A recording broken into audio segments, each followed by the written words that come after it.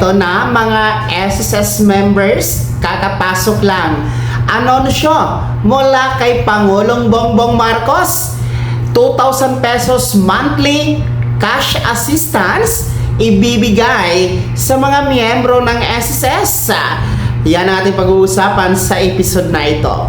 Hello mga ka-vlogs! Welcome sa aking YouTube channel at welcome po sa ating official Facebook page. Saan ka man nanonood, kumusta po? Well, eto no, kakapasok lamang po na anunsyo mula po kay Pangulong Bongbong Marcos. Ito po ay para sa ating mga miyembro ng SSS na kung saan bibigyan po ng 2,000 piso na cash assistance sa ilalim po ng Uplift Assistance Program na ito'y matatanggap mula ngayon buwan ng Hulyo hanggang Disyembre 2026. Para po sa kompletong detalye, narito, panoorin at pakinggan niyo po si Pangulong Bongbong Marcos Jr. Mga kababayan, patuloy natin nararamdaman ang epekto ng tensyon sa gitnang silangan na nagdudulot ng banta sa pandaigdigang supply ng langis.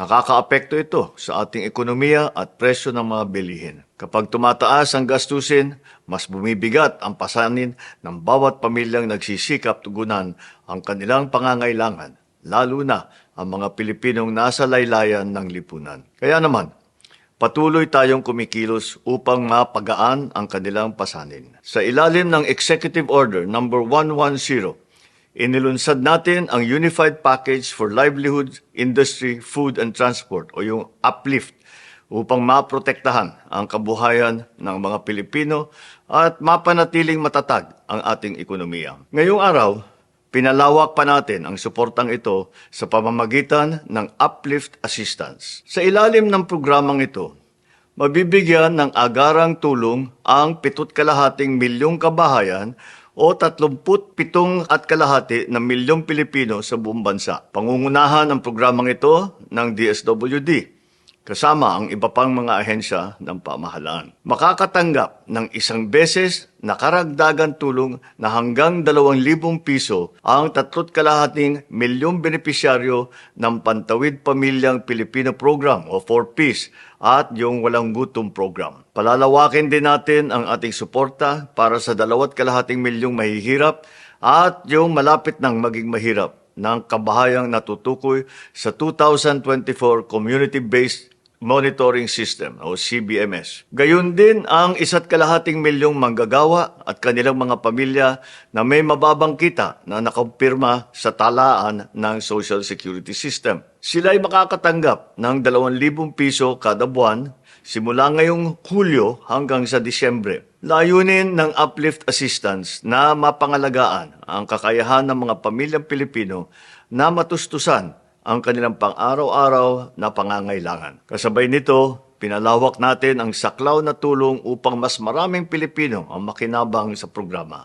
Titiyakin ng pamahalaan na maipagkaloob ang tulong na ito na mabilis, maayos at mas maginhawa para sa mga Pilipino sa pamamagitan ng digital na pamamaraan. Sa ating pagkakaisa at pagtutulungan, mapapanatili natin ang katatagan ng ating bansa at maisusulong ang isang mas maunlad na kinabukasan para sa lahat sa ilalim ng isang bagong Pilipinas.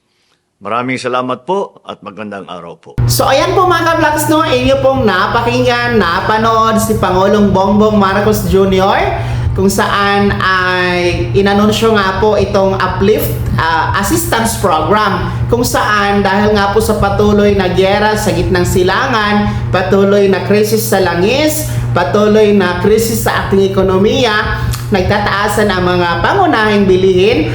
Kaya nga po magbibigay ng cash assistance ang ating gobyerno. No, actually ito po ay para sa mga 4Ps, no? And then para din po ito sa mga low income, no? Kabilang nga po ang ating mga SSS members na nasa mababang income po, no? Ayon sa naitala ng SSS. So pangangasiwaan ito ng DSWD at ng SSS mga ka-vlogs. So makakatulong ito 2,000 piso bawat buwan mula ngayon, July hanggang December 2026 nang sa ganon makatulong sa mga pangangailangan kailangan mapunan po kahit papano para sa ating mga SSS members, mga 4-piece beneficiaries, at iba pang nasa ibang sektor na mababa po ang income na generate monthly, mga ka-vlogs. Kung paano ma-avail ito, mga SSS members, nakuha, atin munang antayin ang anunsyo mula sa SSS, ang guidelines kung paano nga ba ma-avail itong 2,000 pesos uplift cash assistance program, no, na bigay ng gobyerno mula ngayon, July to December 2026. Manatili nakatutok sa ating mga updates hinggil sa balitang ito. Kaya naman, kayo ba ay natutuwa? Kayo ba ay nagagalak dito sa anunsyo ng Pangulo na merong 2,000 piso na ibibigay buwan-buwan hanggang Disyembre para sa mga nasa mababang income? Ibahagi niyo po sa comment section na nasa baba. Maraming salamat sa pagtutok. God bless. Mag-ingat, mga ka-vlogs.